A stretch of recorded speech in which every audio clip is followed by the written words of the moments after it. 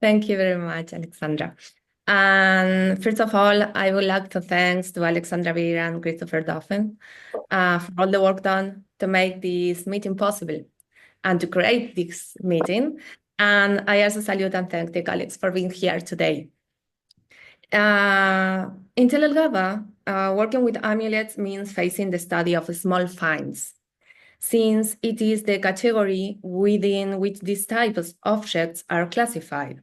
So, in this work, we will focus on how the concept of small finds has been problematized, and a review of the materials cataloged as small finds has been conducted with special attention on those small finds with amuletic value, and how their study allows us to characterize the inhabitants of this settlement and their beliefs.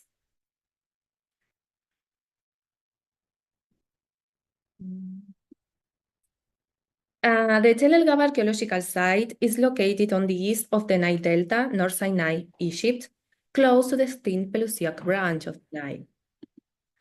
Located between el-Ghaba to the west and el-Ghaba to the east, el-Ghaba was strategically situated on the narrow coastline between the Eastern Lagoon and the marshes of the Mediterranean coast.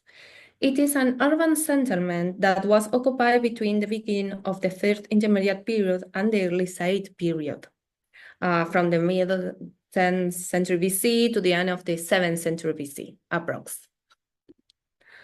And given the socio-political context of the period and its location in the Eastern Mediterranean, this site has become important to analyze the social, economic, and military policies that the Egyptian state developed on its eastern edge of frontier, as well as the characteristics of the areas, the structures in the site. Between 1995 and 1999, and in the year 2010, the Argentine Archaeological Mission carried out systematic excavations at the site. And in April next year, we will continue our fieldwork tasks, inshallah. Excavation work was carried out in different sectors or areas of the site, and several architectural structures were discovered, and their typology has been established. Previously developed studies on el-Ghaba materials suggest that the dominant activities in the structures were domestic. Number? Sorry? Yes. Can you hear me well? I don't know number. Yes, Eva, sorry. We have to close some microphones. Sorry. Okay. Don't so worry. it's working. It was someone else. Sorry. Don't worry. Shall I continue? So? Yes, please. Okay. I was saying that the dominant activities in the structures were domestic, such as food preparation, grain storage and consumption, liquid preservation, among others. And in turn, it has been proposed that a variety of activities were done in the spaces inside the structures, which were then multifunctional. In such systematic excavations, numerous small finds were recovered, the study and review of which seeks to contribute to understanding of the functions that these objects would have had.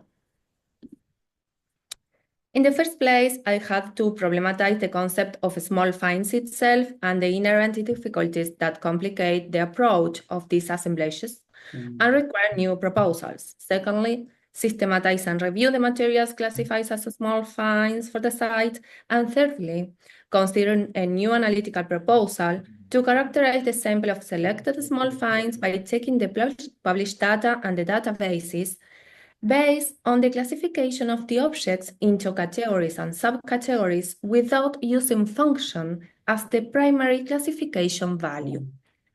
So when starting with the analysis and review of this small find set, two main problems became evident. On the one hand, the concept can be considered as a diffuse category, and therefore with little explanatory capacity, which includes a variety of objects. On the other hand, the categories used have sought to divide what is decorative or ornamental from what is utilitarian or functional.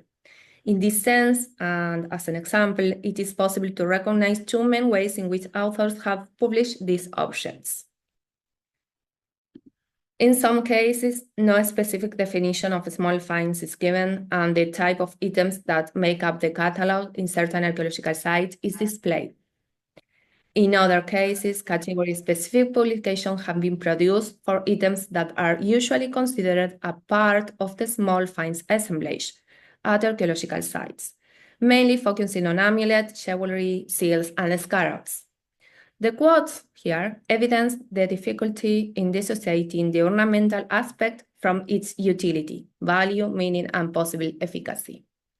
Although in this type of presentation focus on a specific category of artifacts, special emphasis is placed on definition and meanings. The use of terms such as amulet, ornament, or seal has tended to focus on the interior of each assemblage and mainly on the figurative motifs and epigraphy, to the detriment of other characteristics as part of their composition, such as general shape, material, color, type of manufacture, among others.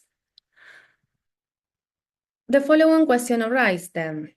What about objects that might belong in more than one category?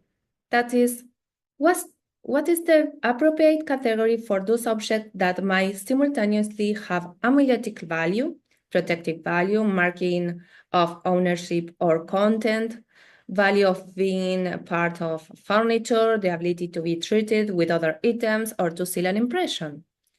Given this ambiguity, we tend to wonder, as authors, into what kind of category and catalog we will integrate them, and where we will look for them in an index as readers. In this case, our friend Hepri wondered if it is an amulet, it is a bead, or it is an ornament, and it is also a beetle. And it can be even more complex with composite pieces like this possible necklace with ushats and cowrie mollusks that were appreciated for being distant, for their color, and their symbolic importance. So two main discussions arise. On the one hand, it turns out that the ornamental objects are utilitarian and functional. Meanings related to colors and material types, for example, are well documented. On the other hand, the concept continues to be adopted as a function. The amulet is an amulet because its function is amuletic, protective, welfare, or fertility seeking, but there is no unidirectional relation between shape and function. So far, however, I have focused on how the concept of small finds has been approached by researchers in their analysis and presentations. You can read here the definitions. These discussions show that it is possible to recognize different, interrelated, and in some cases simultaneous moments in the research in which the category small find is used. These different moments may occur in short or long periods of time, and while, as it has been proposed, the notion of small finds may include different objects in this process. It generally keeps in a group those finds that may be considered portable art in the archaeological site, where the concept of small and special and its special nature remain as determining factors. For the case of el-Ghaba, the finds presented in the last published catalog of small finds have been divided into 5 main classes: figurines and statues, personal adornments, recreational pieces, weapons, and fishing gear. And the publication clarifies that these classes are not exclusive, that is, some objects could belong to more than one. And the author has preferred to group them by shape and by material and not by function. The presentation of each of the objects in this publication includes details. You have here the main classes, the quantity in the catalog, published in the catalog, and the details of object number, area, shape, dimensions, color, manufacturing techniques, etc. Although the number of scarabs, scaraboids, and plaquettes found at el-Ghaba is comparatively smaller in relation to the other special finds, nevertheless, very significant objects have been found that emphasize the protective character or royal force.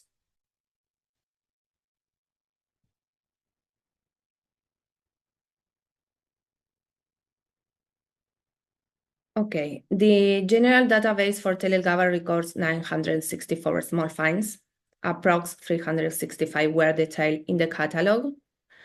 Other special finds at a second level of separation were dealt with on a specific analysis, such as lithic remains and tools, net and loop weights, weapons and fishing equipment, and in slag, other weights and fragments were not included in the works. The review of this group have been undertaken by systematizing the total sample in an analytic interpretative base elaborated for this purpose. Said base allows the advancement in analysis of the functionality performance of the small finds according to their characteristics, register, and context.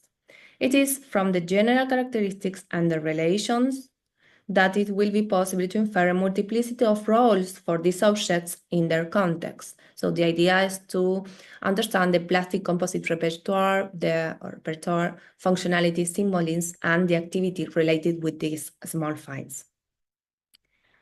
And for this, not only was the published data considered, but also the original recording documentation. We exclude those whose study has required particular methodologies, and the remaining is equal to 707 items. And a special emphasis was placed on the control of objects that had previously been described under the categories of personal objects, religion, recreation, and figurative art as ascribes functions. Considering the 707 small find, 52% of the objects are found complete and 48% fragmented.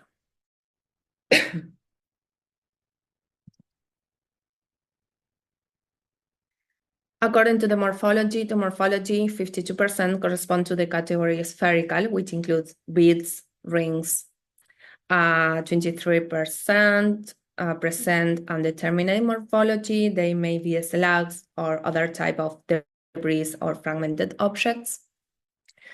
Almost 50% correspond to planes, integrating plaques, wushat, and gaming pieces. In lower proportions, we have figurines, scarabs and scaraboids, ovals corresponding to the so-called heart amulet, poppy head amulet, and other undeterminate.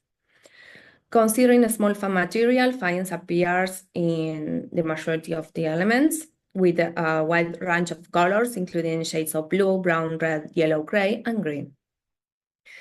Small finds are also made of various other materials, of course, and some of the special finds have been considered as amulets, objects of personal adornment and recreational pieces. It is possible so to recognize several objects that, due to their specific characteristics, would have denote, possess, and act an amuletic value.